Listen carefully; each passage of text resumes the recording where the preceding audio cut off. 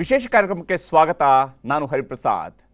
ನಮ್ಮ ಜೊತೆಗೆ ಕೇಂದ್ರದ ಸಂಸದೀಯ ವ್ಯವಹಾರಗಳ ಸಚಿವರು, ಕಲ್ಲಿದ್ದಲು ಹಾಗೂ ಗಣಿ ಸಚಿವರು ಕೂಡ ಆಗಿರುವ ಪ್ರಹ್ಲಾದ್ ಜೋಶಿ ಅವರಿದ್ದಾರೆ. ಭಾರತದಲ್ಲಿ ವಿಶೇಷವಾಗಿ ದೆಹಲಿಯಲ್ಲಿ ರೈತರ ಹೋರಾಟ ಅತ್ಯಂತ ತೀವ್ರ ಸ್ವರೂಪವನ್ನು ಪಡ್ಕೊಂಡಿದೆ. ಕರ್ನಾಟಕವೂ ಕೂಡ ರೈತರ ಹೋರಾಟಕ್ಕೆ ಸಾಕ್ಷಿಯಾಗಿದೆ.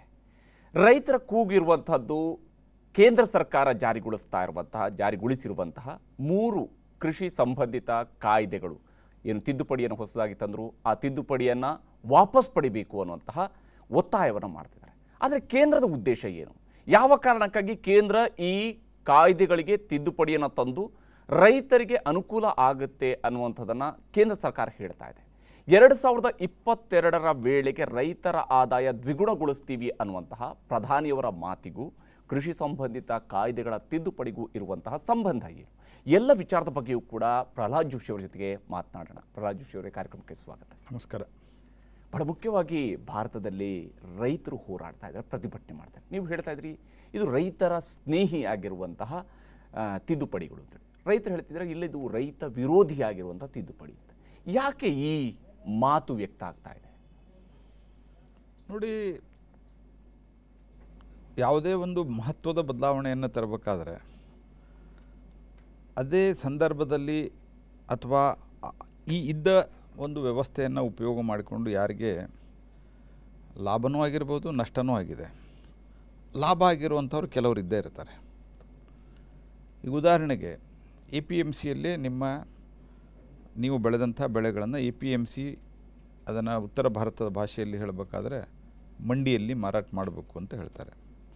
ಅಂದರೆ APMCಯ ದಲ್ಲಾಳಿ ಅಂಗಡಿ ಅಂತ ನಮ್ಮ ಉತ್ತರ ಕರ್ನಾಟಕದ ಭಾಗದಲ್ಲಿ ಕರೀತಾರೆ. ಅಲ್ಲಿ ಮಾರಾಟ ಮಾಡಿದ ಕಡ್ಡಾಯ. ಬೇರೆ ಕಡೆ ನೀವು ಮಾಡಿದರೆ ದಂಡ ಇದೆ, ಜೈಲು ಶಿಕ್ಷೆ ಇದೆ. ಸೊ ಇದರಿಂದ ಅಲ್ಲಿ ಎಕ್ಸ್ಪ್ಲಾಯ್ಟೇಷನ್ ಆಗ್ತಾಯಿತ್ತೋ ಇಲ್ವಾ? ಮತ್ತು ಯಾರು ಇವತ್ತು ಕಿಸಾನ್ ಯೂನಿಯನ್ ಅಂತೇನಿದೆ, ಭಾರತೀಯ ಕಿಸಾನ್ ಯೂನಿಯನ್, ಇವರು ಸರ್ಕಾರಗಳಿಗೆ ಮನವಿ ಕೊಟ್ಟಿದ್ದರಲ್ಲ ಕೆಲವು ವರ್ಷಗಳ ಹಿಂದೆ. ಐ ಥಿಂಕ್ 2018ರಲ್ಲಿ, ಅದಕ್ಕಿಂತ ಮೊದಲು 2002-03ರಲ್ಲಿ, 2010, ಈಗ ಬೇರೆ ಬೇರೆ ಸಂದರ್ಭದಲ್ಲಿ ಬೇರೆ ಬೇರೆ ಕಿಸಾನ್ ಯೂನಿಯನ್ ಅಥವಾ ಕಿಸಾನ್ ಸಂಘಟನೆಗಳಂತೇನಿದ್ದಾವೆ ಮನವಿ ಕೊಟ್ಟಿದ್ದಾರೆ. APMCಯಿಂದ ಹೊರಗಡೆ ತರಬೇಕು. ಹೂಡಾ ಕಮಿಟಿ, ಹರಿಯಾಣದ ಮಾಜಿ ಮುಖ್ಯಮಂತ್ರಿಯವರ ನೇತೃತ್ವದಲ್ಲಿ ಕಾಂಗ್ರೆಸ್ ಪಾರ್ಟಿ ಒಂದು ಹೂಡಾ ಕಮಿಟಿ ಅಂತ ಒಂದು ಕಮಿಟಿಯನ್ನು ರಚನೆ ಮಾಡಿತ್ತು. ಆ ಕಮಿಟಿ ಅಗ್ರಿಕಲ್ಚರಲ್ದಲ್ಲಿ ಏನು ಬದಲಾವಣೆ ತರಬೇಕು, ರೈತರಿಗೆ ಹೇಗೆ ಕಲ್ಯಾಣ ಮಾಡಬೇಕು, ಒಳ್ಳೇದು ಮಾಡಬೇಕು ಅನ್ನೋಂಥ ಕಮಿಟಿ. ಆ ಕಮಿಟಿ ರೆಕಮೆಂಡೇಷನ್ ಕೊಟ್ಟಿದೆ. ಕಾಂಗ್ರೆಸ್ ಮ್ಯಾನಿಫೆಸ್ಟೋದಲ್ಲಿ ಇದೆ. ಯಾವುದನ್ನು ನಿಮಗೆ ಧೈರ್ಯದಿಂದ ಮಾಡಲಿಕ್ಕೆ ಸಾಧ್ಯ ಆಗಲಿಲ್ಲ ಅದನ್ನು ಮೋದಿ ಮಾಡಿದರೆ, ಅದನ್ನು BJP ಮಾಡಿದರೆ ಯಾಕೆ ವಿರೋಧ ಮಾಡ್ತೀರಿ? ಇದು ನನ್ನ ಪ್ರಶ್ನೆ ಕಾಂಗ್ರೆಸ್ನವರಿಗಿದೆ. ಅಂದರೆ ಇದು APMCಯಿಂದ ಕಂಪ್ಲೀಟ್ಲಾಗಿ ಹೊರಗೆ ತರುವಂಥದ್ದು, ಅಂದರೆ APMCಗಳನ್ನು ಮುಚ್ಚುವಂಥದ್ದು ಇದು ಅಂತ ಹೇಳುವಂಥದ್ದು. ಮೊದಲನೇದಾಗಿ APMC ಮುಚ್ಚಲ್ಲ. ಈಗ ಉದಾಹರಣೆಗೆ ಅಂದ್ಕೊಡ್ರಿ, ಹರಿಪ್ರಸಾದ್ ಅವರು ಒಬ್ಬರು ರೈತರು. ಹರಿಪ್ರಸಾದ್ ಅವರು ಹೋಗಿ APMCಯಲ್ಲೂ ಕೊಡ್ಬೋದು, ಹೊರಗಡೆನೂ ಕೊಡ್ಬೋದು. ಇಲ್ಲ ಅಲ್ಲಿ ಶುಲ್ಕ ಇರಲ್ಲ, ನಾಳೆ ರಿಜಿಸ್ಟ್ರೇಷನ್ ಇರಲ್ಲ, ಎಲ್ಲವೂ ಮಾಡ್ತೀವಿ ಅಂತ ಹೇಳಿದ್ರು. ಅವರಿಗೂ ಶುಲ್ಕ ವಿಧಿಸುವ ಅಧಿಕಾರವನ್ನು ರಾಜ್ಯಕ್ಕೆ ಕೊಡ್ತೀವಿ, ಮಾಡಿ ನೀವು. ಆ ಶುಲ್ಕದಿಂದ ನಾವು ಬೇರೆ ಯಾವುದಕ್ಕೂ ಉಪಯೋಗ ಮಾಡ್ತೀವಿ, ಓಕೆ. ಇನ್ಫ್ಯಾಕ್ಟ್ ನನ್ನ ಪ್ರಕಾರ ರೈತರು ಕೊಡುವಂತಹ ತಾವು ಬೆಳೆದಂಥ ಬೆಳೆಗೆ ಶುಲ್ಕ ಯಾಕೆ ವಿಧಿಸಬೇಕು ಅನ್ನೋದು ಒಂದು ದೊಡ್ಡ ಪ್ರಶ್ನೆ ಇದೆ. ಓಕೆ, ಯಾವುದೋ ಕಾರಣಕ್ಕೆ ಅದನ್ನು ನಾವು ಆ ನಿಧಿಯನ್ನು ಇದಕ್ಕೆ ಬಳಸ್ತೀವಿ, ಅದಕ್ಕೆ ಏನೇನೋ ಹೇಳ್ತಾರೆ, ರೈಟ್, ಓಕೆ, ಅದಕ್ಕೂ ಅಲೋ ಮಾಡಿದ್ದೀವಿ. ನೀವು ಹೊರಗಡೆನೂ ಮಾರಾಟ ಮಾಡ್ಬೋದು, ಒಳಗಡೆನೂ ಮಾರಾಟ ಮಾಡ್ಬೋದು, ನಿಮಗೇನು ತೊಂದರೆ ಏನು ಅಂತ. ನಾವು ಈಗಲೂ ಈಗ ಕರ್ನಾಟಕದಂಥ ರಾಜ್ಯಕ್ಕೆ ಬಂದಾಗ ಕರ್ನಾಟಕದಲ್ಲಿ ಈಗ ಹೊರಗಡೆಯೂ ಕೂಡ ಮಾರಾಟ ಮಾಡೋದಕ್ಕೆ ಅವಕಾಶ ಇದೆ, ಮಾರಾಟ ಮಾಡ್ತಾ ಇದ್ದಾರೆ. ರೈತ ನೇರವಾಗಿ ಕೆಲವೊಂದು ಸಂಸ್ಥೆಗಳ ಮೂಲಕವಾಗಿಯೂ ಕೂಡ ಮಾರಾಟ ಮಾಡ್ತಾ ಇದ್ದಾರೆ, ಅದಕ್ಕೆ ತಡೆ ಇಲ್ಲ. ಹೀಗಿರುವಾಗ ಸರ್ಕಾರ ಇವತ್ತು ತರ್ತಾ ಇರುವಂಥ ವಿಚಾರಕ್ಕೆ ಇರುವಂಥ ರೈತರು ಎತ್ತುತ್ತಿರುವಂಥ ಪ್ರಶ್ನೆ ಅಂದರೆ, ನೀವು APMCಯನ್ನು ಮುಚ್ಚೋದಕ್ಕೆ ಹೊರಟಿದ್ದೀರಿ. ಇದರಿಂದಾಗಿ ನಾಳೆ ದಿನ, ಯಾಕಂದರೆ MSP ಬಗ್ಗೆ ಭರವಸೆ ಕೊಡ್ತಾ ಇದ್ದೀರಿ, ನೀವು ಭರವಸೆ ಕೊಡ್ತಾ ಇದ್ದೀರಿ, ಆದರೆ MSPಯನ್ನು ನಿಗದಿಯಾಗಿ ಸಿಗುತ್ತಾ ಇಲ್ವೋ ಅನ್ನೋ ಖಾತ್ರಿ ಇಲ್ಲ. ಈ ಖಾತ್ರಿಯ ಪ್ರಶ್ನೆಯೂ ಕೂಡ ಇದೆ. ನೋಡಿ, APMC ಬಗ್ಗೆ ನಾನು ಫಸ್ಟ್ ನಿಮ್ಮ ಮೊದಲನೇ ಪಾರ್ಟ್ ಪ್ರಶ್ನೆಗೆ ಉತ್ತರ ಕೊಡ್ತೀನಿ. APMC ಕರ್ನಾಟಕದಲ್ಲಿ ಈಗ ಆಲ್ರೆಡಿ ಹೊರಗಡೆ ಮಾರಾಟ ಮಾಡಲಿಕ್ಕೆ ಅವಕಾಶವೂ ಇದೆ, ಭಾಳ ಮೊದಲೇ ಇದೆ. ಹೌದು, ಅದಕ್ಕೆ ಒಂದಿಷ್ಟೇನೋ ರಿಸ್ಟ್ರಿಕ್ಷನ್ ಇದ್ದು ಅದನ್ನು ಈಗ ಇತ್ತೀಚೆಗೆ ತೆಗೆದು ಹಾಕಿದ್ದಾರೆ. ಮೊದಲಿನಿಂದನೂ ಕರ್ನಾಟಕದಲ್ಲಿ ಹೊರಗಡೆ ಮಾಡೋದಕ್ಕೆ ಅವಕಾಶ ಇದೆ. ರಾಹುಲ್ ಗಾಂಧಿಯವರ ನೇತೃತ್ವದಲ್ಲಿ ಅದರಲ್ಲಿ 2 ಕಮ್ಯುನಿಸ್ಟ್ ಪಾರ್ಟಿಯ ನಾಯಕರಿದ್ದರು. ಕೇರಳದಲ್ಲಿ ಯಾಕೆ APMC ಇಲ್ಲ? ಇಲ್ಲವೇ ಇಲ್ಲಲ್ರಿ ಕೇರಳದಲ್ಲಿ APMC. ನೀವು ಅಧಿಕಾರ ನಡೆಸಿದ್ದೀರಿ. ಸ್ವತಂತ್ರ ಬಂದು 70 ವರ್ಷದ ಅವಧಿಯಲ್ಲಿ ಸುಮಾರು ಒಂದು 15-20 ವರ್ಷ ಕಾಂಗ್ರೆಸ್ ನಡೆಸಿದರೆ ಅಥವಾ 10 ವರ್ಷ ಉಳಿದ ಅವಧಿಯಲ್ಲಿ ನೀವು ಮತ್ತು ಕಾಂಗ್ರೆಸ್ಸಿನ ಅಲೈನ್ಸ್ಗಳಲ್ಲೇ ನಡೆಸ್ತಾ ಇದ್ದೀರಲ್ಲ. Even now today you are having the government in Kerala. ಯಾಕಲ್ಲಿ APMC ಇಲ್ಲ? ಇದಕ್ಕೆ ಉತ್ತರ ಕೊಡಬೇಕಲ್ಲ. ನಮ್ಮಲ್ಲಿ ಬಿಡಿ, ಕರ್ನಾಟಕದಲ್ಲಿ BJPನೂ ಇತ್ತು, JDS ಇತ್ತು, ಕಾಂಗ್ರೆಸ್ಸು ಇತ್ತು. ಠೀಕ್ ಆದರೂ ಜಾಸ್ತಿ ಇದ್ದದ್ದು ಕರ್ನಾಟಕದಲ್ಲಿ. ನೀವೇ ನಿಮ್ಮ ಕಾಲದಲ್ಲೇ ಒಂದಿಷ್ಟು ರಿಲ್ಯಾಕ್ಸೇಷನ್ ನೀವು ಕೊಟ್ಟಿದ್ದೀರಿ. ಇವತ್ತು ನಾವೇನು ಹೇಳ್ತಾ ಇರೋದು, ನೀವು APMCಯಲ್ಲಿ ಆದರೂ ಕೊಡಿ, ನೀವು ಹೊರಗಡೆ ಆದರೂ ಕೊಡಿ, ನಮ್ಮದೇನೂ ತೊಂದರೆ ಇಲ್ಲ. ಇನ್ನು MSP ಬಗ್ಗೆ ನಿಮ್ಮದು ಎರಡನೇ ಪಾರ್ಟ್ ಆಫ್ ದಿ ಯುವರ್ ಕ್ವಶನ್ದಲ್ಲಿ MSP ಬಗ್ಗೆ ಇದೆ. MSP ಯಾವತ್ತಲೂ ಒಂದು ಅದು ಕಾನೂನಲ್ಲಿ ಇಲ್ಲೇ ಇಲ್ಲ. MSP ಕೊಡ್ತಾನೆ ಬಂದಿದ್ದೀವಿ, ನಾವು ಇದ್ದಾಗೂ ಕೊಟ್ಟಿದ್ದೀವಿ, ಕಾಂಗ್ರೆಸ್ ಪಾರ್ಟಿಯವರಿದ್ದಾಗ ಒಂದು ಹಂತಕ್ಕೆ ಕೊಟ್ಟಿದ್ದಾರೆ. ಆದರೆ ನಾವು ಬಂದ ನಂತರ MSPಯಲ್ಲಿ ಯಾವ ಪ್ರಮಾಣದಲ್ಲಿ ಬದಲಾವಣೆಯನ್ನು ನಾವು ಮಾಡಿದ್ದೇವೆ? 2000 ಗೋಧಿಗೆ 2009ರಿಂದ 14ರಲ್ಲಿ ಟೋಟಲ್ 5 ವರ್ಷದಲ್ಲಿ 1400 ರೂಪಾಯಿ ರೇಟ್ ಇತ್ತು, 1400 rupees ಪರ್ ಕ್ವಿಂಟಲ್. ಇವತ್ತು NDAದ ಸಂದರ್ಭದಲ್ಲಿ 1975 ರೂಪಾಯಿ ಮಾಡಿದ್ದೇವೆ, 41% ಜಾಸ್ತಿ ಆಗಿದೆ. ಅಕ್ಕಿಗೆ ಅವ್ರ ಕಾಲದಲ್ಲಿ ಇದೆಲ್ಲವೂ ನಾನು ಹೇಳೋದು ಪ್ರತಿ ಸರ್ತಿ 9-14 ಅಂತ ಹೇಳಲ್ಲ ನಾನು. 9-14ರ ಅವಧಿಯಲ್ಲಿ 14ನೇ ಇಸವಿಯಲ್ಲಿ 1310 ಇತ್ತು, ಇವತ್ತು 1868 ರೂಪಾಯಿ ನಾವು ಮಾಡಿದ್ದೀವಿ. ಬೇಳೆ ಅವ್ರ ಕಾಲದಲ್ಲಿ 2950 ಇತ್ತು, ಇವತ್ತು 5100 ರೂಪಾಯಿ ಆಗಿದೆ, 73% ಜಾಸ್ತಿ ಮಾಡಿದ್ದೇವೆ. ಹೆಸರು 4500 ರೂಪಾಯಿ ಇತ್ತು, ಇವತ್ತು 7200 ರೂಪಾಯಿ ಮಾಡಿದ್ದೇವೆ. ಸಾಸಿವೆ 3050 ಇತ್ತು, 4650 ಮಾಡಿದ್ದೇವೆ. ಕಡಲೆಪುರಿ ಅಂತ ನಿಮ್ಮಲ್ಲಿ ಹೇಳ್ತೀರಿ, ಶೇಂಗಾ ಅಂತ ನಾವು ಹೇಳ್ತೀವಿ, 4000 ಇತ್ತು, 5275, 32%. ನೀವು ಯಾವುದೇ ಕಮೋಡಿಟಿಯನ್ನು ತೆಗೆದುಕೊಡ್ರಿ, ನಾವು MSPಯನ್ನು ಜಾಸ್ತಿ ಮಾಡಿದ್ದೇವೆ. ಸ್ವತಃ ಪ್ರಧಾನಮಂತ್ರಿಗಳು ರೈತರ MSP, ರೈತರ ಬೆಳೆಯ MSPಯನ್ನು ಜಾಸ್ತಿ ಮಾಡಿದಾಗ ನೀವು ಅಂತೇಳಿ ಅಲ್ಲ, ಎಲ್ಲ ಸರ್ಕಾರಗಳು ಬಹಳ ಖುಷಿಯಾಗ. ನೀವು 2014ರಲ್ಲಿ ಮಾಡಿದಂಥ ಕ್ಯಾಂಪೇನ್ ನಮಗೂ ಕೂಡ ನೆನಪಿದೆ. NDA ಅವಧಿಯಲ್ಲಿ 2004ರಲ್ಲಿ ನೀವು ಬಿಟ್ಟು ಹೋದಾಗ 45 ರೂಪಾಯಿ ಇದ್ದಂಥ ಡೀಸೆಲ್ ಪೆಟ್ರೋಲ್ ದರ ಅದು 60 ರೂಪಾಯಿ 70 ರೂಪಾಯಿಗೆ ಬಂತು ಅನ್ನೋದನ್ನು ಕೂಡ ನೀವು ಮಾಡಿದ್ರಿ. ಇವತ್ತು ಇದರ ಜೊತೆಗೆ ಕೂಡ ಆ ದರವನ್ನು ಕೂಡ ನಾವು ಹೇಳಿದರೆ ಮತ್ತೆ ಒನ್ಸ್ ಅಗೇನ್ ಆ ರೀತಿಯ ಹೈಕ್ ಕೂಡ ಇದ್ದೇ ಇರುತ್ತೆ. ಹೈಕ್ ಆಗುತ್ತೆ, ಪ್ರತಿಯೊಂದು ಬೆಳೆ ಜಾಸ್ತಿ ಆಗುವಂಥದ್ದು ಸಾಮಾನ್ಯ ಇರುತ್ತೆ. ಆದರೆ ಈ ಬೆಳೆ ಜಾಸ್ತಿ ಆದ ತಕ್ಷಣ ಅದರಲ್ಲಿ ಖರೀದಿ ಮಾಡ್ತೀರಾ? ಆ ಭರವಸೆ ಯಾಕೆ ರೈತರಿಗೆ ಹಾಗಾದರೆ ನಿಮ್ಮ ಮೇಲೆ ಹುಟ್ಟುತ್ತಾ ಇಲ್ಲ?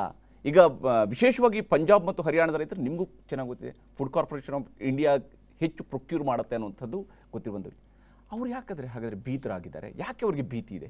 ನೋಡಿ, ಇದರಲ್ಲಿ ಯಾರು ಭೀತರಾಗಿದ್ದಾರೆ ಅಂತಂದರೆ, ಮೊದಲನೇದ್ದು ಈ ಒಂದು ಮಹತ್ವದ ಬದಲಾವಣೆಯಿಂದ ಸಾಮಾನ್ಯ ರೈತರಿಗೆ ಲಾಭ ಆಗುತ್ತೆ. ಭಾಳ ಸಾಮಾನ್ಯ ರೈತರಿಗೆ, ಬಡ ರೈತರಿಗೆ ಲಾಭ ಆಗುತ್ತೆ. ಅವರು APMCಯಲ್ಲಿ ಯಾರು ಅಂಗಡಿ ಮುಗ್ಗಟ್ಟುಗಳನ್ನು ಇಟ್ಟಿದ್ದಾರೆ ಅವರಿಗೆ ಇದರಿಂದ ತೊಂದರೆ ಆಗ್ತಾಯಿದೆ. ಇದರಲ್ಲಿ ರೈತರಿಗೆ ಯಾವುದೇ ರೀತಿಯಾದಂಥ ತಪ್ಪು ಕಲ್ಪನೆಗಳಿದ್ದರೆ ಅದನ್ನು ನಿವಾರಿಸೋಕ್ಕೆ ಸರ್ಕಾರ ಪ್ರತಿ 5 ಸಂದರ್ಭದಲ್ಲಿ 5-6 ಗಂಟೆ 7-7 ಗಂಟೆಗಳ ಸಭೆ ನಡೆದಿದೆ. ಲಿಖಿತವಾಗಿ ನಮ್ಮ ಮಂತ್ರಿಗಳು ಭರವಸೆ ಕೊಟ್ಟಿದ್ದಾರೆ. ಪಾರ್ಲಿಮೆಂಟ್ನಲ್ಲಿ ಸ್ವತಃ ನಮ್ಮ ಕೃಷಿ ಮಂತ್ರಿಗಳು, ಪ್ರಧಾನಮಂತ್ರಿಗಳು ಭರವಸೆಯನ್ನು ಕೊಟ್ಟಿದ್ದಾರೆ. ಪಾರ್ಲಿಮೆಂಟ್ ಅಶ್ಯೂರೆನ್ಸ್ ಇದೆ, ಸೊಲೊಮನ್ ಅಶ್ಯೂರೆನ್ಸ್. ಮತ್ತು ಈ ಮೊದಲು ನಾನು ಕೇಳ್ತೇನೆ, ಕಾಂಗ್ರೆಸ್ ಇವತ್ತು ರಾಹುಲ್ ಗಾಂಧಿ ಇಷ್ಟು ಮಾತನಾಡ್ತಾ ಇದ್ದಾರಲ್ಲ, ಮೊದಲೇದು ನಿಮ್ಮ ಮ್ಯಾನಿಫೆಸ್ಟೋದಲ್ಲಿ ಯಾಕೆ ಹಾಕಿದ್ರಿ? ನಂಬರ್ 1 ಕ್ಲಿಯರ್ ಹಾಕಿದ್ರಿ ಮ್ಯಾನಿಫೆಸ್ಟೋದಲ್ಲಿ, ನಾವು APMCಯಿಂದ ರೈತರನ್ನ ಮುಕ್ತ ಮಾಡ್ತೀವಿ ಅಂತ. ನೀವು ಕಾಂಗ್ರೆಸ್ನ ಮ್ಯಾನಿಫೆಸ್ಟೋ ಜಾರಿ ಮಾಡೋದಕ್ಕೆ ಅಲ್ಲ, ನೀವು ಕಾಂಗ್ರೆಸ್ನವರ ಫೇಲ್ಯೂರ್ಗಳನ್ನು ನೀವು ಸರಿಪಡಿಸುವ ಅಂತ ಭರವಸೆಯನ್ನು ದೇಶಕ್ಕೆ ಕೊಟ್ಟಿದ್ರಿ. ಹಂಗಿರುವಾಗ ನೀವು ಅದನ್ನ ಉದಾಹರಣೆ ಕೊಟ್ಟರೆ ಹೇಗಾಗತ್ತೆ ಅಂತ. 1 ಮಿನಿಟ್, ನೀವು ನನ್ನ ಲಾಜಿಕ್ ಪೂರಾ ತಿಳ್ಕೊಬೇಕು. ನೀವು ನಮ್ಮ ಮ್ಯಾನಿಫೆಸ್ಟೋದಲ್ಲಿ ಇತ್ತು, ನಮ್ಮ ಮ್ಯಾನಿಫೆಸ್ಟೋದಲ್ಲಿ APMCಯನ್ನು ಕೃಷಿ ಸೆಕ್ಟರ್ದಲ್ಲಿ ರಿಫಾರ್ಮ್ ಮಾಡಿ APMCಯ ಬಂಧನದಿಂದ ರೈತರನ್ನು ಮುಕ್ತ ಮಾಡ್ತೀವಿ. We will free the farmers from APMC. ಇದನ್ನು ನಾವು ಹೇಳಿದ್ವಿ, ಕಾಂಗ್ರೆಸ್ ಪಾರ್ಟಿನೂ ಅದೇ ಹೇಳಿತ್ತು. ನಾನು ಹೇಳಿದ್ದು ಯಾವುದನ್ನು ನೀವು ಹೇಳಿದ್ದೀರಿ, ನಾವು ಹೇಳಿದ್ದೀರಿ, ಅದನ್ನು ನಾವು ಮಾಡಿದ್ದೇವೆ. ನೀವು ಮಾಡೋಕ್ಕಾಗಿಲ್ಲ, ನಿಮಗೆ you are not able to do it. We have done it. ನಿಮಗೆ ಈಗ ತೊಂದರೆ ಇದ್ದರೆ ನಾವು ರೈತರ ಜೊತೆಗೆ ಮಾತನಾಡಿದ್ದೇವೆ, ರೈತರ ಜೊತೆಗೆ ಮಾತನಾಡ್ಲಿಕ್ಕೆ ತಯಾರಿದ್ದೇವೆ. MSP ಈ ಹಿಂದೆ ನೀವು 60 ವರ್ಷ 70 ವರ್ಷ ಮಾಡಿದ್ರಲ್ಲಿ ನೀವು ಸರ್ಕಾರವನ್ನು 70 ವರ್ಷದಲ್ಲಿ 50 ವರ್ಷ ಆಡಳಿತ ನಡೆಸಿಲ್ಲ. MSP ಯಾಕೆ ಕಾನೂನು ಮಾಡಿರಲಿಲ್ಲ? ನಾವಿವತ್ತು ಲಿಖಿತವಾಗಿ ಭರವಸೆ ಕೊಟ್ಟಿದ್ದೇವೆ. ಮತ್ತು ನೀವೇನು ಹೇಳಿದ್ರಲ್ಲ, ರೇಟ್ ಜಾಸ್ತಿ ಆದ, ರೇಟ್ ಜಾಸ್ತಿ ಆದದ್ದಕ್ಕೂ ಮತ್ತು ಇವತ್ತೇನು MSP ಇದೆ ಅದಕ್ಕೂ ಭಾಳ ವ್ಯತ್ಯಾಸ ಇದೆ. ಸ್ವಾಮಿನಾಥನ್ ಅವರ ಆರ್ಟಿಕಲ್ ತೆಗೆದು ನೋಡಿರಿ. ಇವತ್ತು ಸ್ವಾಮಿನಾಥನ್ ಆರ್ಟಿಕಲ್ ಬಗ್ಗೆ ಮಾತನಾಡ್ತಾರೆ. ಸ್ವಾಮಿನಾಥನ್ ಅವರ ಆರ್ಟಿಕಲ್ ನೀವು ತೆಗೆದು ನೋಡಿ, ಒಂದು 6-8 ತಿಂಗಳ ಹಿಂದೆನೋ 9 ತಿಂಗಳ ಹಿಂದೆನೋ ಬಂದಿದೆ.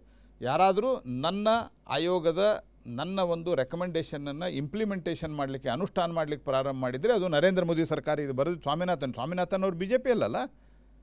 ಹಾಗಾಗಿ ನಾವು MSPಯನ್ನು ಕೊಡಲಿಕ್ಕೆ ನಾವು ಬದ್ಧರಿದ್ದೇವೆ. ಮತ್ತು ರೈತರಿಗೆ ಐತಿಹಾಸಿಕವಾಗಿ ಪ್ರತಿ ವರ್ಷ 6,000, ಕರ್ನಾಟಕದಲ್ಲಿ 4,000 ಅದಕ್ಕೆ ಯಡಿಯೂರಪ್ಪನವ್ರು ಮಾಡಿ ರೈತರ ಆದಾಯವನ್ನು ದ್ವಿಗುಣಗೊಳಿಸುವಂಥದ್ದಕ್ಕೆ ನಾವು ಕ್ರಮ ಕೈಗೊಳ್ತಾ ಇದ್ದೀವಿ. ಅದನ್ನು ಮಾಡ್ತಾ ಇದ್ದೇವೆ. MSP ಜಾಸ್ತಿ ಮಾಡಿದ್ದೇವೆ. ಕೃಷಿ ನಮ್ಮ ಪ್ರಧಾನಮಂತ್ರಿ ಕೃಷಿ ಫಸಲ್ ಬಿಮಾ ಯೋಜನೆಯಲ್ಲಿ ಸಾಕಷ್ಟು ಸುಧಾರಣೆ ತಂದಿದ್ದೇವೆ. ಈ ಎಲ್ಲ ಸುಧಾರಣೆಗಳು ಹಂತ ಹಂತವಾಗಿ ನಾವು ಆಮೇಲೆ ನೀರಾವರಿಗೆ ಅತಿ ಹೆಚ್ಚು ಆದ್ಯತೆಯನ್ನು, ಅಂದರೆ ಅದಕ್ಕೆ ನಾವು ಫಂಡನ್ನು ಕೊಟ್ಟಿದ್ದೇವೆ. ಬೇರೆ ಬೇರೆ ರಾಜ್ಯಗಳಿಗೆ ಇಂಪ್ಲಿಮೆಂಟೇಷನ್ ಇದ್ದು ಸ್ಟೇಟ್ ರೆಸ್ಪಾನ್ಸಿಬಿಲಿಟಿ. ಫಂಡನ್ನು ಅತಿ ಹೆಚ್ಚು ಬಿಡುಗಡೆ ಮಾಡಿದ್ದೇವೆ. ಕೃಷಿಯಲ್ಲಿ ಮೊದಲಿದ್ದಂಥದ್ದು 1 ಲಕ್ಷ ಚಿಲ್ಲರೆ ಕೋಟಿ ಇದ್ದಂಥ ಬಜೆಟನ್ನು 2,21,000 ಕೋಟಿ ಮಾಡಿದ್ದೇವೆ. ಕೃಷಿಗೆ ನಮ್ಮ ದೇಶದಲ್ಲಿ ನಾನು ಒಂದು ಮಾತನ್ನು ಹೇಳ್ತೇನೆ. ನಮ್ಮ ದೇಶದ ಇವತ್ತಿನ ಪ್ರಧಾನಮಂತ್ರಿ ನರೇಂದ್ರ ಮೋದಿಯವರು ಯಾವುದೇ ಕಾರಣಕ್ಕೆ ಬಡವರು, ಕೂಲಿ ಕಾರ್ಮಿಕರು ಮತ್ತು ಯಾರು ಅಶಕ್ತರಿದ್ದಾರೆ ಅವರನ್ನು ಕೈ ಬಿಡುವಂಥ ಪ್ರಧಾನಮಂತ್ರಿ ಅಲ್ಲವೇ ಅಲ್ಲ ಅವರು. ಆದರೆ ನಿಮ್ಮ ಈ ಕಾಯ್ದೆಗಳನ್ನು ವಿರೋಧಿಸ್ತಾ ಇರುವಂಥವ್ರು ಹೇಳುವಂಥ ಮಾತು, ನೀವು ಕಾರ್ಪೊರೇಟ್ ಕಂಪನಿಗಳಿಗೆ ಅನುಕೂಲ ಮಾಡಿಕೊಡೋದಕ್ಕಾಗಿ ಮಾಡ್ತಾ ಇದ್ದೀರಿ. ಕಾರ್ಪೊರೇಟ್ ಕಂಪನಿಗಳು ನಾಳೆ ದಿನ ರೈತರನ್ನು ಶೋಷಣೆ ಮಾಡ್ಬೋದು. ಯಾಕಂದರೆ ಖರೀದಿ ವ್ಯವಸ್ಥೆಯನ್ನು ನೇರವಾಗಿ ಮಾಡೋದಕ್ಕೆ, ಕಾಂಟ್ರಾಕ್ಟ್ ಮಾಡ್ಕೊಳ್ಳೋದಕ್ಕೆ ಬೇಕಾದಂಥ ಅವಕಾಶ ಇದೆ. ಸೈಜು, ಪ್ರೈಸು ಇದೆಲ್ಲವೂ ಕೂಡ ಅದರಲ್ಲಿ ಬರುತ್ತೆ ಅನ್ನುವಂಥದ್ದು ಇದೆ.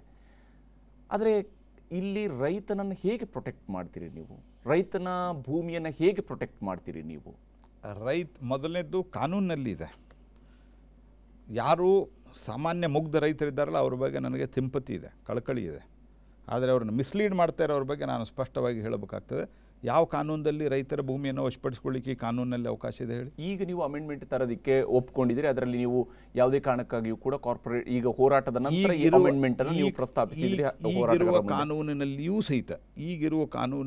ಸಹಿತ ಪಾರ್ಲಿಮೆಂಟಿನ ಡಿಬೇಟನ್ನು ತೆಗೆದು ನೋಡ್ರಿ, ಕಾನೂನನ್ನು ಸಂಪೂರ್ಣ. ಆದರೂ ಅವರು ಇಲ್ಲ ಇದರಲ್ಲಿ ನಮಗೆ ಡೌಟ್ ಇದೆ. ಓಕೆ, ನಿಮ್ದು ಏನು ಡೌಟ್ ಇದೆ ನಾವು ಸರಿಪಡಿಸ್ತೀವಿ. ಆ್ಯಸ್ ಆನ್ ಡೇಟ್ ನೋಡಿ, ಅವರು ಬಂದು ರಸ್ತೆ ಮೇಲೆ ಕೂತ್ಕೊಂಡ್ರು. ಅದರಲ್ಲಿ ಕೆಲವರು ಬೇರೆದವರು ಇರೋದ್ರ ಬಗ್ಗೆ ಶಂಕೆ ಇದೆ. ಇನ್ನು ಕೆಲವರು ರೈತರು ಇದ್ದಾರೆ. ಯಾರೇ ಇದ್ದರೂ ಸಹಿತ ನಮ್ಮ ನಾಗರಿಕರು ಅನ್ನೋ ಕಾರಣಕ್ಕೆ ನಾವು ಮಾತುಕತೆ ಕರೆದ್ವಿ. ನಮಗೆ ಇದ್ರ ಬಗ್ಗೆ ಡೌಟ್. ಏನು ಅಮೆಂಡ್ಮೆಂಟ್ ಮಾಡ್ಬೇಕು ಹೇಳ್ರಿ, ನಾವು ಮಾಡ್ತೀವಿ. ನೀವು ಪೂರ್ತಿ ಕಾನೂನನ್ನು ವಾಪಸ್ ತೆಗೆದುಕೊಡ್ರಿ ಅಂತಂದರೆ ಯಾವ ಮಾತು? ಅಂದರೆ ಒಂದು ದೇಶದಲ್ಲಿ ಅಥವಾ ಒಂದು ರಾಜ್ಯದಲ್ಲಿ ಒಂದು ಚುನಾವಣೆ ಆಗ್ತದೆ, 5 ವರ್ಷಕ್ಕೆ ಸರ್ಕಾರ ಆರಿಸ್ತೀವಿ. ಇದು ಸಂವಿಧಾನದ ಬದ್ಧತೆ, ಇದು ಸಂವಿಧಾನದ ಆದ್ಯತೆ. ಇದು ಆ ನಂತರ ಒಂದು 20,000, 30,000, 50,000 ಜನ ಕೂಡಿಸ್ಬೋದು. ಅದೇನು ಕಷ್ಟ ಅಲ್ಲ. 1,35,35,000 ಕೋಟಿ ಜನಸಂಖ್ಯೆ ಇರುವಂಥ ದೇಶದಲ್ಲಿ ಒಂದು ಸರ್ಕಾರಕ್ಕೆ ನೀವು ಕೆಲಸನ ಮಾಡೋಕ್ಕೊಡಲ್ಲ ಅನ್ನುವಂಥದ್ದು ಇದ್ಯಾವ ಆರ್ಗ್ಯುಮೆಂಟ್ ರೀ? Is there any logic in it? ನಾವು ಹೇಳಿದ್ವಿ ನಿಮ್ಮ ಜೊತೆಗೆ ನಾವು ಮಾತುಕತೆಗೆ ತಯಾರಿದ್ದೇವೆ. ಇದನ್ನು ನಾವು ಚೇಂಜ್ ಮಾಡಿದ್ವಿ. ಇಲ್ಲ, ನೀವು 3 ಕಾನೂನನ್ನು ವಾಪಸ್ ತೆಗೆದುಕೊಳ್ಳಿ. ಕಾನೂನನ್ನು ಜಾರಿ ಮಾಡ್ತೀವಿ ಅಂತ ಹೇಳಿದವರೇ ನೀವೇ, ಮಾಡಬೇಕು ಅಂತ ಹೇಳಿದವರು ನೀವೇ. ಇವತ್ತು ಮಾಡಿದ ನಂತರ ಎಷ್ಟಿದೆ ಹರಿಯಾಣದಲ್ಲಿ ಇವತ್ತು ಮತ್ತು ಪಂಜಾಬ್ದಲ್ಲಿ APMC ಕಮಿಷನ್ 8%, 9%. ಯಾವ ಎಕ್ಸ್ಪ್ಲಾಯ್ಟೇಷನ್ ರೀ ಇದು? ಯಾಕೆ ಕೊಡ್ಬೇಕ್ರಿ 8%, 9% ಒಬ್ಬ ರೈತ? ನೀವು ಫುಡ್ ಕಾರ್ಪೊರೇಷನ್ ಆಫ್ ಇಂಡಿಯಾದವ್ರು ತೆಗೆದುಕೊಂಡ್ರು ನಿಮ್ಗೆ 2-3% ನಿಮ್ಮ ಕಮಿಷನ್ ಹೋಗಬೇಕು. ಇದ್ಯಾವ ನ್ಯಾಯ ರೀ ಇದು? ಯಾವ ಬಡ ರೈತ ಆತ ಬಿಸಿಲಿರಲಿ, ಮಳೆ ಇರಲಿ, ಚಳಿ ಇರಲಿ, ಅವನು ಬೆಳಿತಾನೆ. ಅವನು ತಮ್ಮಂದು ನಿಮಗೆ APMCಲೇ ಕಡ್ಡಾಯವಾಗಿ ಮಾರಬೇಕು. ಆ ಮಾರಿದ್ದಕ್ಕೆ ಇಷ್ಟು ಕಮಿಷನ್ ಕಡ್ಡಾಯವಾಗಿ ಕೊಡಬೇಕು. ಇದ್ಯಾವ ನ್ಯಾಯ ಇದು? ರಾಜ್ಯ ಸರ್ಕಾರಗಳ ಆದಾಯವನ್ನು ಕೂಡ ನೀವು ತಪ್ಪಿಸ್ತಾ ಇದ್ದೀರಿ ಅಂದ್ಕೊಂಡು ಕೇಂದ್ರ ಸರ್ಕಾರ ನೋಡಿ, ಅದಕ್ಕೆ ಕೂಡ ಇಲ್ಲಿ ಬರುತ್ತೆ. ಈ ವಿಚಾರಕ್ಕೆ ಬಂದ ನೋಡಿ, ರಾಜ್ಯ ಸರ್ಕಾರದ ಆದಾಯದ ಪ್ರಶ್ನೆ ಇಲ್ಲ ಇದರಲ್ಲಿ. ರಾಜ್ಯಗಳು ಬಲಗೊಂಡಾಗ ಕೇಂದ್ರವು ಬಲಗೊಳ್ಳುತ್ತೆ, ದೇಶವು ಬಲಗೊಳ್ಳುತ್ತೆ ಅನ್ನುವಂಥ ನಂಬಿಕೆ ಭಾರತೀಯ ಜನತಾ ಪಾರ್ಟಿದು ಮತ್ತು ಸನ್ಮಾನ್ಯ ನರೇಂದ್ರ ಮೋದಿ ಅವರದು. ಯಾವ ಆಧಾರದ ಮೇಲೆ ಹೇಳ್ತಾರೆ ಅಂದರೆ, ನೀವು ಆ ಬಡ ರೈತ ಇವತ್ತು ಅರ್ಧ ಎಕರೆ, 1 ಎಕರೆ, ಹಿಂದಿಯಲ್ಲಿ ಬಿಗಾ ಅಂತ ಹೇಳ್ತಾರೆ. ಹೌದು, ಈ ಆಧಾ ಬಿಗಾ, 2 ಬಿಗಾ, ಈ ರೀತಿ ಇರುವಂಥ ರೈತರು ತಾವು ಬೆಳೆದಂಥ ಬೆಳೆಗೆ APMCಯಲ್ಲಿ 8%, ಪಂಜಾಬ್ದಲ್ಲಿ, ಹರಿಯಾಣದಲ್ಲಿ, ಮತ್ತೊಂದು ಕಡೆ ಅನೇಕ ಕಡೆ, ಮತ್ತು ಅದನ್ನು ನೀವು ಪೂರ್ತಿ ಸರ್ಕಾರಕ್ಕೂ ಹೋಗಲ್ಲ. ಅದು ಮಧ್ಯವರ್ತಿಗಳು ಹೊಡಿತಾರೆ. ಕೂಡ ಈಗ ಅದನ್ನ ಈಕ್ವಲ್ ಮಾಡೋದಕ್ಕೆ ರೆಡಿ ಇದ್ದೀವಿ ಅಂತ ಹೇಳ್ತಿರೋದು ಹಂಗಂದ್ರೆ ಯಾವ ಕಾರಣ? ನೀವು ಈಗ ಅವ್ರಿಗೂ ಕೂಡ ನಾವು ಅಷ್ಟೇ ಟ್ಯಾಕ್ಸ್ ಅನ್ನ ಹಾಕೋದಕ್ಕೆ ನೋಡಿ ಮುಂದಾಗ್ತೀವಿ. ನೋಡಿ, ಯಾವಾಗ ಪ್ರೈವೇಟ್ ಬರ್ತದೆ, ಯಾವಾಗ ಪ್ರೈವೇಟ್ ಬರ್ತಾರೆ, ದೆರ್ ವಿಲ್ ಬಿ ಕಾಂಪಿಟೇಷನ್. ಆ ಕಾಂಪಿಟೇಷನ್ನದ ಆಧಾರದ ಮೇಲೆ ಇವತ್ತು ಆ್ಯಕ್ಚುಲಿ ಕಮಿಷನ್ ತೆಗೆದುಕೊಳ್ಬಾರ್ದು. ಕಮಿಷನ್ಗಾಗೆ ಈ ರೀತಿಯಾದಂಥ ಆ ಕಮಿಷನ್ಗೆ ಬೇಕು ಅನ್ನೋ ಕಾರಣಕ್ಕೆ ನಡೆದಾಗ we are open for that. ಯಾವ ಕಾರಣಕ್ಕೆ ಹಾಕಬೇಕು ಇದನ್ನು ಚರ್ಚೆ ಮಾಡಲಿಕ್ಕೆ ನಾವು ತಯಾರಿದ್ದೀವಿ. ಇದನ್ನು ನಾವು ಹೇಳಿದ್ದು. ಈಗ ನೀವು 8 ಅಮೆಂಡ್ಮೆಂಟ್ಗಳನ್ನು ತರೋದಕ್ಕೆ ಒಪ್ಕೊಂಡಿದ್ರಿ ರೈತರ ಹೋರಾಟದ ನಂತರವೂ ಕೂಡ. ಬಹುಶಃ ಇದು ಪಾರ್ಲಿಮೆಂಟಲ್ಲಿ ಚರ್ಚೆ ಆದಾಗಲೂ ಕೂಡ ಈ ವಿಚಾರಗಳಲ್ಲಿ ಸ್ವಲ್ಪ ಅಮೆಂಡ್ಮೆಂಟ್ ಮಾಡಬೇಕಾದ ಅವಶ್ಯಕತೆ ಇದೆ, ಇದನ್ನು ಬದಲಾವಣೆ ಮಾಡಬೇಕು, ಇದು ಸರಿ ಇಲ್ಲ ಅಂತ ಆವಾಗ ಯಾಕೆ ಹಾಗಾದರೆ ಒಪ್ಕೊಳ್ಳೋದಕ್ಕೆ ಕೇಂದ್ರ ಸರ್ಕಾರ ಮುಂದಾಗಿರಲಿಲ್ಲ ಅಂತ? ನೋಡಿ, ಆವತ್ತೂ ನಮ್ಮ ನಿಲುವು. ಇವತ್ತು ಅವರು ನಾವು ಆರ್ಡಿನೆನ್ಸ್ ತಂದು ಎಷ್ಟು ದಿವಸ ಆಯಿತು, ಮೇದಲ್ಲಿ ಆರ್ಡಿನೆನ್ಸ್ ತಂದಿದ್ದೇವೆ. ಈಗ ಅವರು ಈ ಥರದ ನಮಗೆ ಡೌಟ್ ಇದೆ. Okay, we are open for discussion. ಯಾಕಂದರೆ ಡೆಮೋಕ್ರಸಿಯ ಕಾರಣದಿಂದ ನಾವು ಓಪನ್ ಫಾರ್ ಡಿಸ್ಕಷನ್, ನಾವು ಅದಕ್ಕೆ ತಯಾರಿದ್ದೇವೆ ಅನ್ನುವಂಥ ಮಾತನ್ನು ಹೇಳಿದೆವು ನಾವು. ಆದರೆ ನನ್ನ ಪ್ರಶ್ನೆ ಏನು, ನೀವು ಇವತ್ತು ಇಡೀ ಕಾನೂನನ್ನು ವಾಪಸ್ ತೆಗೆದುಕೊಂಡು ಕಮಿಷನ್ ಕೊಡಬೇಕಂತ ಯಾಕೆ ಹೇಳ್ತಾ ಇದ್ದೀರಿ? ಇದಕ್ಕೇನಿದೆ ನಿಮ್ಮ ಉತ್ತರ? ಇಡೀ ಒಂದು ಕಾನೂನನ್ನೇ ಅಂದರೆ ನೀವು ಕಾಂಟ್ರಾಕ್ಟ್ ಫಾರ್ಮಿಂಗ್ ಕರ್ನಾಟಕದಲ್ಲಿದೆ. ಎಷ್ಟು ವರ್ಷದಿಂದ ಕರ್ನಾಟಕದಲ್ಲಿ ಕಾಂಟ್ರಾಕ್ಟ್ ಫಾರ್ಮಿಂಗ್? ಬೇರೆ ಬೇರೆ ಕಡೆನೂ ಇದೆ ಕಾಂಟ್ರಾಕ್ಟ್ ಫಾರ್ಮಿಂಗ್. ಬೇರೆ ಬೇರೆ ಕಡೆ ನೀವು ಪ್ರಾರಂಭ ಮಾಡ್ತೀರಿ, ನೀವು ಅದನ್ನು ಕಾನೂನುಬದ್ಧ ಮಾಡೋಕ್ಕೆ ಹೋದರೆ ಬೇಡ ಅಂತ ಹೇಳ್ತೀರಿ. ನಾ ಕೇಳೋ ಪ್ರಶ್ನೆ ಏನು, ನಾವು ಚರ್ಚೆಗೆ ಅವತ್ತು ತಯಾರಿದ್ದೀವಿ, ಇವತ್ತು. ಮತ್ತು ಇನ್ನೊಂದು, ಯಾವುದೇ ಒಂದು ಕಾನೂನು ಭಾರತದ ಸಂವಿಧಾನದ ವ್ಯವಸ್ಥೆಯಲ್ಲಿ ಅಥವಾ ಇವನ್ ಜಗತ್ತಿನ ಪ್ರಜಾಪ್ರಭುತ್ವ ವ್ಯವಸ್ಥೆಯಲ್ಲಿ it is on going process. ಇವತ್ತು ನಾವು ಆ ಕಾನೂನದಲ್ಲಿ ಬದಲಾವಣೆಯನ್ನು ಮಾಡೋದಕ್ಕೆ ಒಪ್ಪಿದೆವು. ಅಥವಾ 7-8 ತಿಂಗಳ ನಂತರ ಅಥವಾ ಇದು ಪ್ರಾರಂಭ ಆದ ನಂತರ ಏನು ತೊಂದರೆ ಆಗಿದೆ ಅಂತ ಹೊರ ಹೇಳಿದ ನಂತರ ಕೆಲವು ನಾವು ತಯಾರು ಆಗ್ಬೋದು. ನಾಳೆ ಇದರಲ್ಲಿ ಇನ್ನೂ ಒಂದಿಷ್ಟು ಬದಲಾವಣೆ ಮಾಡಬೇಕು. It is on going process. ನೀವು 150 ವರ್ಷದಿಂದ ಬ್ರಿಟಿಷರು ಮಾಡಿದ ಕಾನೂನು, APMC ಕಾನೂನು ಯಾರು ಬ್ರಿಟಿಷರು ಮಾಡಿತ್ತಾನೆ? ಆ ಬ್ರಿಟಿಷರು ಮಾಡಿದ ಕಾನೂನನ್ನೇ ನೀವು ತಿದ್ದುಪಡಿ ಮಾಡಿ ಅದು ಮಾಡಿ ಇನ್ನೂ ಇಟ್ಕೊಂಡಿದ್ದೀರಲ್ಲ. ಯಾಕೆ ಇಟ್ಕೊಂಡಿದ್ದೀರಿ? ಬ್ರಿಟಿಷರಿಗೆ ಬೇಕಾಗಿತ್ತು ಇಲ್ಲಿನ ಹತ್ತಿ ಮತ್ತೊಂದು ಪ್ರಮುಖವಾದಂಥ ಅಂಶಗಳು ಇಂಥಲ್ಲೇ ಮಾರಾಟ ಮಾಡಬೇಕು, ಅದನ್ನಲ್ಲಿ ತೆಗೆದುಕೊಂಡು ಹೋಗಬೇಕು, ಅದಕ್ಕೆ ಕಮಿಷನ್ ಸಿಗಬೇಕು. Today we don't want to do that. ನಾವು ಜನರಿಗೆ ಇವತ್ತು ರೈತರು ನಿಜವಾಗಿಯೂ ಅವರ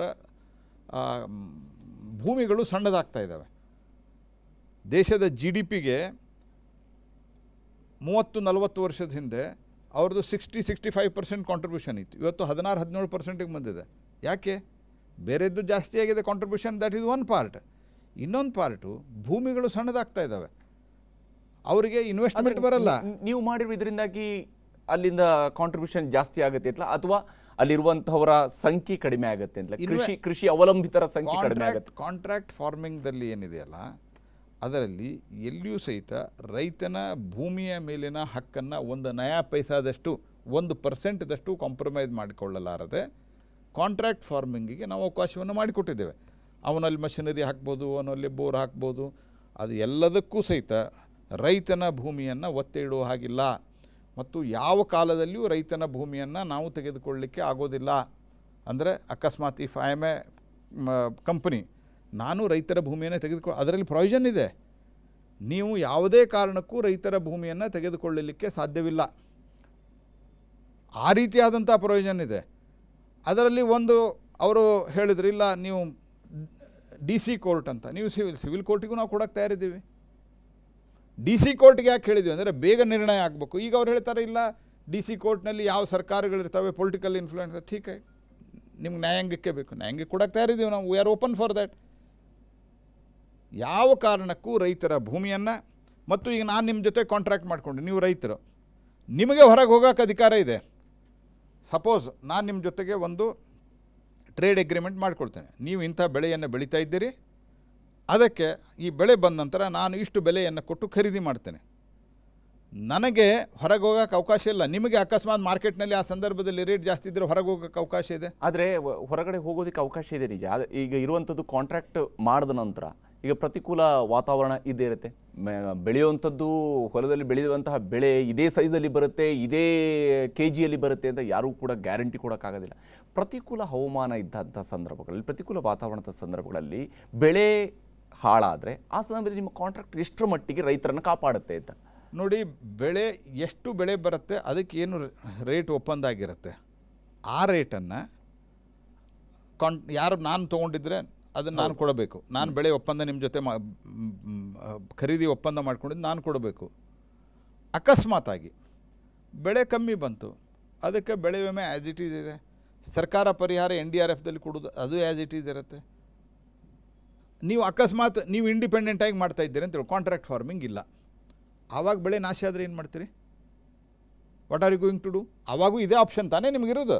ನೀವು ಸರ್ಕಾರದ ಕಡೆ ಹೋಗ್ತೀರಿ, ಪರಿಹಾರ ಕೊಡಿ ಅಂತ ಕೇಳ್ತೀರಿ, NDRFದಲ್ಲಿ ಪರಿಹಾರ ಕೊಡು ಅಂತ ಕೇಳ್ತೀರಿ, ಮತ್ತು ಫಸಲ್ ಬಿಮಾ ಯೋಜನೆ ಇರ್ಬೋದು ಅಥವಾ ವೆದರ್ ಇನ್ಶೂರೆನ್ಸ್ ಇರ್ಬೋದು, ಅಲ್ಲೇ ಪರಿಹಾರ ಕೇಳ್ತೀರಿ.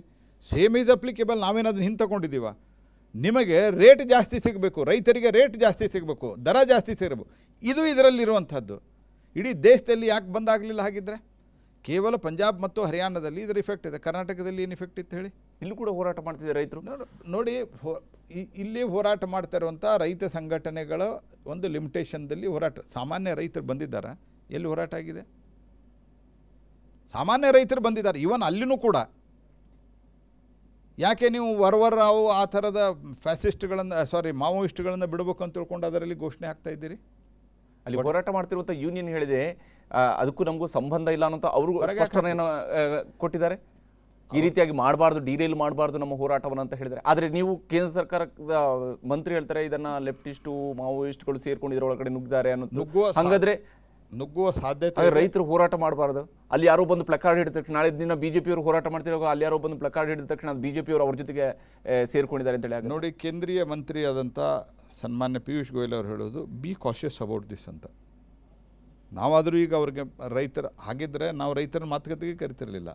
ಮತ್ತೆ ಯಾಕೆ ಖಲಿಸ್ತಾನ್ ವಿಚಾರ ಪ್ರಸ್ತಾಪ ಆಗುತ್ತೆ? ಈ ವಿಚಾರಗಳೆಲ್ಲವೂ ಕೂಡ ನೋಡಿ, ಸಿಖ್ಖರು ಹೋರಾಟ ಮಾಡಿದರೆ ಖಲಿಸ್ತಾನ್ ಅನ್ನುವಂಥದ್ದು ಹೇಳುವಂಥದ್ದು ಇವೆಲ್ಲ ಯಾಕೆ ಬೇಕು? ಹಾಗಾದರೆ ನೋಡಿ, ನಾನು ಒಂದೇ ಮಾತನ್ನೇ ನಿಮ್ಗೆ ಹೇಳ್ತಾ ಇದ್ದೇನೆ.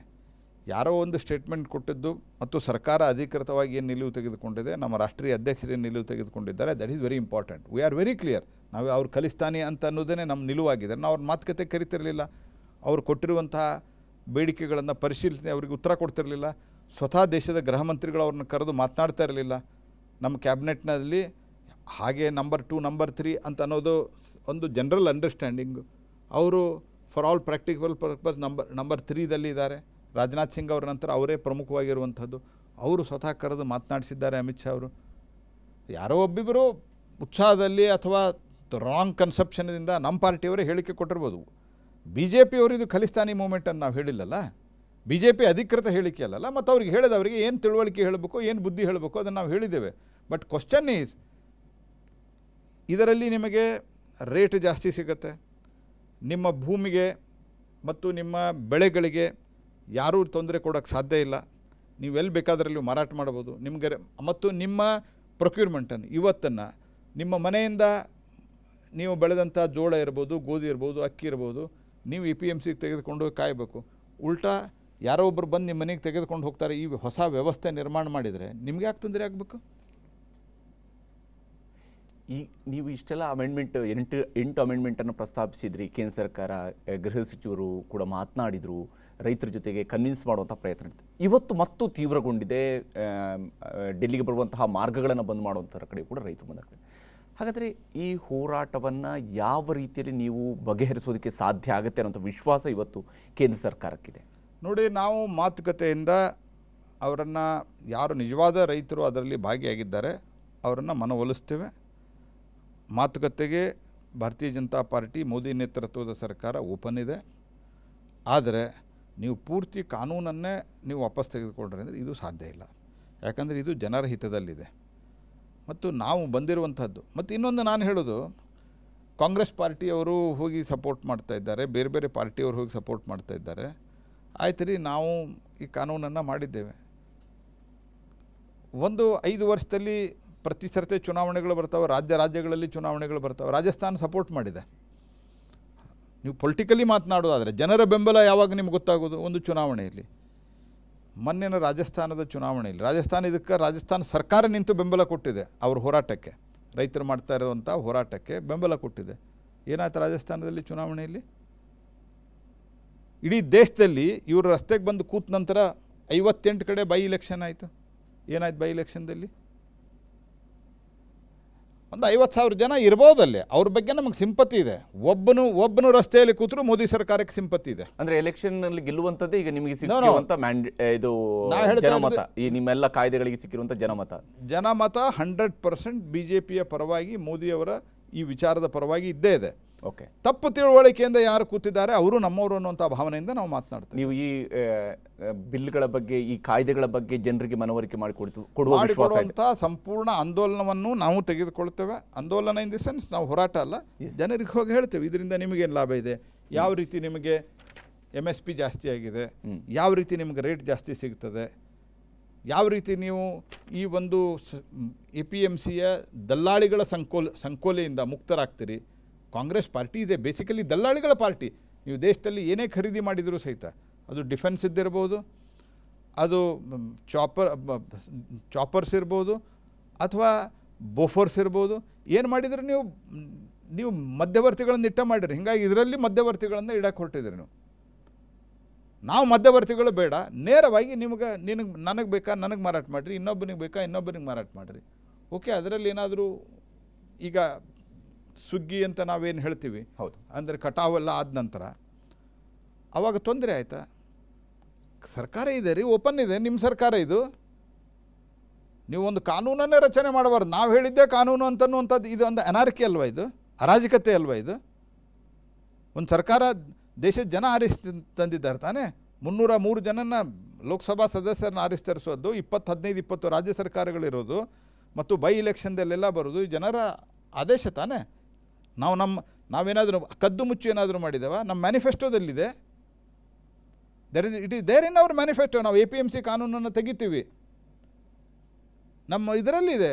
ಅಂದರೆ ಮಾತುಕತೆಗೆ ಮುಕ್ತರಾಗಿದ್ದೀರಿ, ಆದರೆ ನಿಮ್ಮ ಕಾಯ್ದೆಗಳು ಜಾರಿ ಆಗ್ತವೆ. ಅದರಲ್ಲಿ ಅವ್ರಿಗೆ ಏನು ಡೌಟ್ ವ್ಯಕ್ತಪಡಿಸಿದ್ದಾರೆ, ಅವ್ರು ಏನು ಕ್ಲಾಸ್ ಬೈ ಕ್ಲಾಸ್, ನಮ್ಮ ಕೃಷಿ ಮಂತ್ರಿ ಹೇಳಿರೋದೇನು, ಕ್ಲಾಸ್ ಬೈ ಕ್ಲಾಸ್ ನಾವು ಪರಿಶೀಲನೆ ಮಾಡಕ್ಕೆ ತಯಾರಿದ್ದೀವಿ. ಅದನ್ನು ಲೋಕಸಭೆಯಲ್ಲೂ ಕೂಡ ಮಾಡಬಹುದಾಗಿತ್ತಲ್ಲ, ಕ್ಲಾಸ್ ಬೈ ಕ್ಲಾಸ್ ಚರ್ಚೆ ಮಾಡಬಹುದಾಗಿತ್ತಲ್ಲ. ಇವ್ರ ಜೊತೆಗೆ ಆದ್ಮೇಲೆ ಲೋಕಸಭೆಯಲ್ಲೇ ಮಾಡಬೇಕು, ಅದು ಮೊದಲೇ ಮಾಡಕ್ಕೆ ಬರಲ್ಲ. ಕಾಯ್ದೆ ನೀವು ಇದನ್ನು ಮಸೂದೆಗಳನ್ನು ಅಂಗೀಕಾರಕ್ಕೆ ಮೊದಲು ಕೂಡ ಅಲ್ಲಿ ಬಹಳಷ್ಟು ವಿಚಾರಗಳನ್ನ ಹೇಳಿದ್ರೆ, ಇಲ್ಲ ಆವಾಗ ನೀವು ಅವುಗಳನ್ನು ಬಹಳ ವಿಸ್ತೃತವಾಗಿ ಇನ್ನೂ ಕೂಡ ಚರ್ಚೆ ಮಾಡಬಹುದಾಗಿತ್ತು ಅಂತೇಳಿ ಅನ್ಸಲ್ವ? ಬಹಳ ವಿಸ್ತೃತವಾಗಿ ಚರ್ಚೆ ಆಗಿದೆ. ಮತ್ತು ನಾನು ಮೊದಲು ಹೇಳಿದ್ದೇನೆ ನಿಮಗೆ, ಈ ರೀತಿಯಾದಂಥ ಕಾನೂನನ್ನು ಮಾಡುವಂಥದ್ದು ಒಂದು ನಿರಂತರ ಪ್ರಕ್ರಿಯೆ ಇದೆ, ಆನ್ಗೋಯಿಂಗ್ ಪ್ರೊಸೆಸ್ ಇದೆ. ಇದರಲ್ಲಿ ತೊಂದರೆ ಇದ್ದರೆ ನೆಕ್ಸ್ಟ್ ಸೆಷನ್ದಲ್ಲಿ ಇರ್ಬೋದು, ಅದರ ನೆಕ್ಸ್ಟ್ ಸೆಷನ್ದಲ್ಲಿ ಇರ್ಬೋದು, ಒಂದು ಸೀಸನ್ ಮುಗಿಲಿ. Government is open. ನೀವು ಕಾನೂನೇ ಮಾಡಬೇಡ್ರಿ ಅಂತನ್ನುವಂಥದ್ದು ಇದ್ಯಾವ ನ್ಯಾಯ ರೀ? ಮತ್ತು ನೀವು ಕಮಿಷನ್ ಯಾಕೆ 8%, 10%, 6%, 7% ತೆಗೆದುಕೊಳ್ತೀರಿ? ಮೊನ್ನೆವರೆಗೆ ಕರ್ನಾಟಕದಲ್ಲಿ 1.5-2% ಇತ್ತು. ಅದಕ್ಕಿಂತ ಮೊದಲು 4%, 3% ಇತ್ತು. ಅದನ್ನು 2% ಹಿಂಗೇನೋ ಮಧ್ಯೆ ಮಾಡಿದ್ರು ಬೇರೆ ಬೇರೆ ಸರ್ಕಾರಗಳಿದ್ದಾಗ. ಮೊನ್ನೆ ಯಡಿಯೂರಪ್ಪನವ್ರು ಬಂದಾಗ 1.3%, 3.5% ಏನೋ ಮಾಡಿದ್ದಾರೆ. ಅಂದರೆ 35 ಪೈಸೆ ಏನೋ ಮಾಡಿದ್ದಾರೆ. ಯಾಕೆ ಕಮಿಷನ್ ಅಂತ ನಾನು ಕೇಳೋದು, ರೈತರಿಗೆ ಯಾಕೆ ಕಮಿಷನ್ ತೆಗೆದುಕೊಳ್ತೀರಿ? ಈ ಪ್ರಶ್ನೆಗೆ ಉತ್ತರ ಕೊಡಲಿ. ಹಾಗೆ ಸ್ವಲ್ಪ ಕೃಷಿ ಕಾಯ್ದೆಗಳ ಬಗ್ಗೆ ಮಾತಾಡಿದ್ವಿ, ಸ್ವಲ್ಪ ರಾಜ್ಯ ರಾಜಕೀಯದ ಬಗ್ಗೆ, ಯಾಕೆಂದರೆ ತಾವು ಕೇಂದ್ರ ಸಚಿವರು ನಮಗೆ ಸಿಕ್ಕಿದ್ದೀರಿ. ಹಾಗಾಗಿ ರಾಜ್ಯದಲ್ಲಿ ನಾಯಕತ್ವ ಬದಲಾವಣೆಯ ಮಾತು BJPಯಲ್ಲೇ ಕೇಳಿ ಬರೋದಕ್ಕೆ ಕಾರಣ ಏನು? ಯಾಕೆ ಈ ಮಾತು ಕೇಳಿ ಬರ್ತಾ ಇದೆ ಜೋಶಿ? ನೋಡಿ, ಎಲ್ಲಿ ಮಾತು BJPಯಲ್ಲಿ ಎಲ್ಲಿಯೂ ಕೇಳಿ ಬಂದಿಲ್ಲ. ನಿಮ್ಮ MLA ಒಬ್ಬರು ಓಪನ್ ಸ್ಟೇಟ್ಮೆಂಟ್ ಅನ್ನು ಕೂಡ ಕೊಟ್ಟಿರೋದನ್ನು ನೀವು ಕೂಡ ಗಮನಿಸಿರ್ತೀರಿ. ನಿಮ್ಮ MLA ಅವರು ಹೇಳಿ ನೋಡ್ರಿ,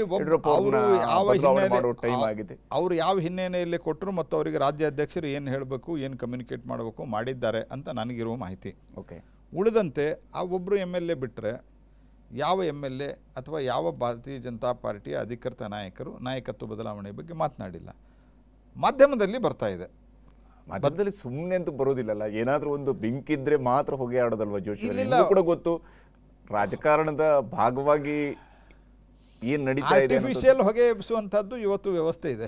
ಆರ್ಟಿಫಿಷಿಯಲ್ ಹೊಗೆ ಆಗಿದ್ದಿರ್ತಾರೆ. BJP ಇದನ್ನು ಸುಮ್ಮನೆ ಅಷ್ಟು ಲೈಟ್ ಆಗಿ ಅದನ್ನ BJP ತಗೊಳ್ತಿತ್ತ. ಬಹಳ ಕಟುವಾಗಿ BJP ಅವರು ಮಾತನಾಡ್ತಾರೆ. ನೀವು ಈ ಡ್ರಾಮಾ ಅಂದರೆ ಈ ನಾಟಕ ಇತ್ಯಾದಿ ಸ್ಟೇಜ್ ಮೇಲೆ ಆರ್ಟಿಫಿಷಿಯಲ್ ಹೊಗೆ ಬಿಡ್ತಾರಲ್ಲ, ಹಂಗೆ ಆರ್ಟಿಫಿಷಿಯಲ್ ಹೊಗೆ ಬಿಡುವ ವ್ಯವಸ್ಥೆನೂ ಇದೆ ಇವತ್ತು. ಹಾಗಾದರೆ ಇದು ನಾಯಕತ್ವ ಬದಲಾವಣೆ ಆಗೋದಿಲ್ಲ.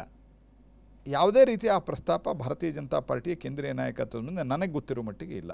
ಹಾಗಿದ್ರೆ ಯಡಿಯೂರಪ್ಪನವರು ಹೋಗಿ ಸಂಪುಟ ವಿಸ್ತರಣೆ ಮಾಡಬೇಕು ಅಂತ ಕೇಳ್ತಿದ್ರೆ ಅದಕ್ಕೂ ಒಪ್ಪಿಗೆ ಸಿಗ್ತಾ ಇಲ್ಲ. ನೋಡಿ, ಸಂಪುಟ ವಿಸ್ತರಣೆ ಬಗ್ಗೆ ಮುಖ್ಯಮಂತ್ರಿಗಳ ಮಧ್ಯೆ ಮತ್ತು ಕೇಂದ್ರೀಯ ನಾಯಕತ್ವದ ಬಗ್ಗೆ ಏನು ಮಾತುಕತೆ ಆಗಿದೆ ನನಗೆ ಗೊತ್ತಿಲ್ಲ. ಅದಕ್ಕೆ ಮುಖ್ಯಮಂತ್ರಿಗಳು ಮತ್ತು ಕೇಂದ್ರೀಯ ನಾಯಕತ್ವಕ್ಕೆ ಸಂಬಂಧಿಸಿದವರು ಉತ್ತರವನ್ನು ಕೊಡ್ತಾರೆ. ಬೇರೆ ಬೇರೆ ಕಾರಣಗಳಿರ್ತವೆ. ಯಾವಾಗ ಮಾಡಬೇಕು ಟೈಮಿಂಗು, ಅದು ಮುಖ್ಯಮಂತ್ರಿಗಳು ಅವ್ರ ಮಧ್ಯೆ ಏನು ಚರ್ಚೆ ಆಗಿದೆ ನನಗೂ ನಿಮಗೇನು ಗೊತ್ತಿಲ್ಲಲ್ಲ. ಮುಖ್ಯಮಂತ್ರಿ 3 ತಿಂಗಳಿಂದ ಕರ್ನಾಟಕದ ಮುಖ್ಯಮಂತ್ರಿಗಳು ಸಂಪುಟ ವಿಸ್ತರಣೆ ಮಾಡಬೇಕು ಅಂತ ಸೆಪ್ಟೆಂಬರ್ 18ನೇ ತಾರೀಕಿನಿಂದ ಅವರು ಡೆಲ್ಲಿಗೆ ಬಂದಿದ್ದರು. ಅದಾದಮೇಲೆ ನವಂಬರ್ 18ನೇ ತಾರೀಕಿಗೆ ಡೆಲ್ಲಿಗೆ ಬಂದಿದ್ದರು. ಇವತ್ತು ನಾವು ಡಿಸೆಂಬರ್ ತಿಂಗಳಲ್ಲಿ ಕೂತ್ಕೊಂಡು ಮಾತನಾಡ್ತಾ ಇದ್ವಿ. ಆಲ್ಮೋಸ್ಟ್ 3 ತಿಂಗಳಾಯಿತು. ಯಾಕೆ ಹಾಗಾದರೆ ಸಾಧ್ಯ ಆಗೋದಿಲ್ಲ? BJP ಭಾಳ ಫಾಸ್ಟಾಗಿ ಡಿಸಿಷನ್ಸ್ಗಳನ್ನು ತೆಗೆದುಕೊಳ್ಳುತ್ತೆ. ಈ ವಿಚಾರದಲ್ಲಿ ಬಹಳ ನಿಧಾನವಾಗಿ ಯಾಕೆ ಅವ್ರ ಮಧ್ಯೆ ಚರ್ಚೆಯಾಗಿ ಏನು ಮಾತುಕತೆ ಆಗಿದೆ ನಿಮಗೆ ಗೊತ್ತಿಲ್ಲ. ನಾನು ಯಾವ ಆಧಾರದ ಮೇಲೆ ಕಾಮೆಂಟ್ ಮಾಡಬೇಕು? ಅದಕ್ಕೆ ನಿಮಗೂ ಮಾಡೋಕ್ಕೆ ನಾನು ಹೇಳೋದು, ಮುಖ್ಯಮಂತ್ರಿಗಳು ಒಂದು ಪ್ರಸ್ತಾವನೆಯನ್ನು ಇಟ್ಟಿದ್ದಾರೆ. ಕೇಂದ್ರೀಯ ನಾಯಕತ್ವದ ಮುಖ್ಯಮಂತ್ರಿಗಳ ಜೊತೆಗೆ ಸತತ ಸಂಪರ್ಕದಲ್ಲಿ ಇದೆ.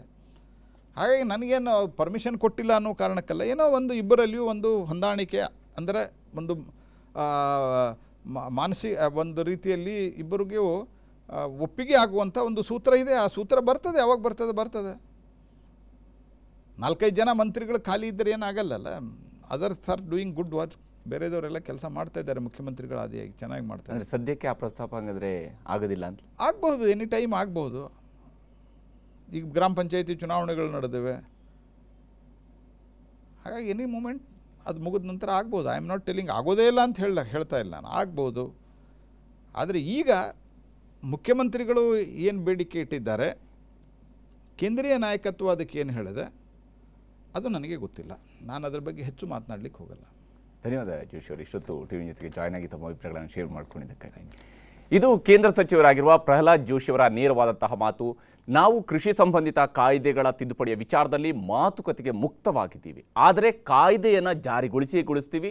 ತಿದ್ದುಪಡಿಗಳನ್ನು ಯಾವ ಸ್ವರೂಪದಲ್ಲಿ ಈಗ ರೈತರು ಮುಂದಿಟ್ಟಿದ್ದಾರೋ ಅವುಗಳಿಗೂ ಕೂಡ ನಾವು ಮುಕ್ತವಾಗಿ ಚರ್ಚಿಸೋದಕ್ಕೆ ಸಿದ್ಧರಿದ್ದೇವೆ ಅನ್ನುವಂತಹ ಮಾತನ್ನು ಪ್ರಹ್ಲಾದ್ ಜೋಶಿ ಅವರು ಹೇಳ್ತಾ ಇದ್ದಾರೆ. ಇದು ಈ ಹೊತ್ತಿನ ವಿಶೇಷ. ನಿರಂತರ ಸುದ್ದಿಗಾಗಿ ನೋಡ್ತಾ ಇರಿ TV9.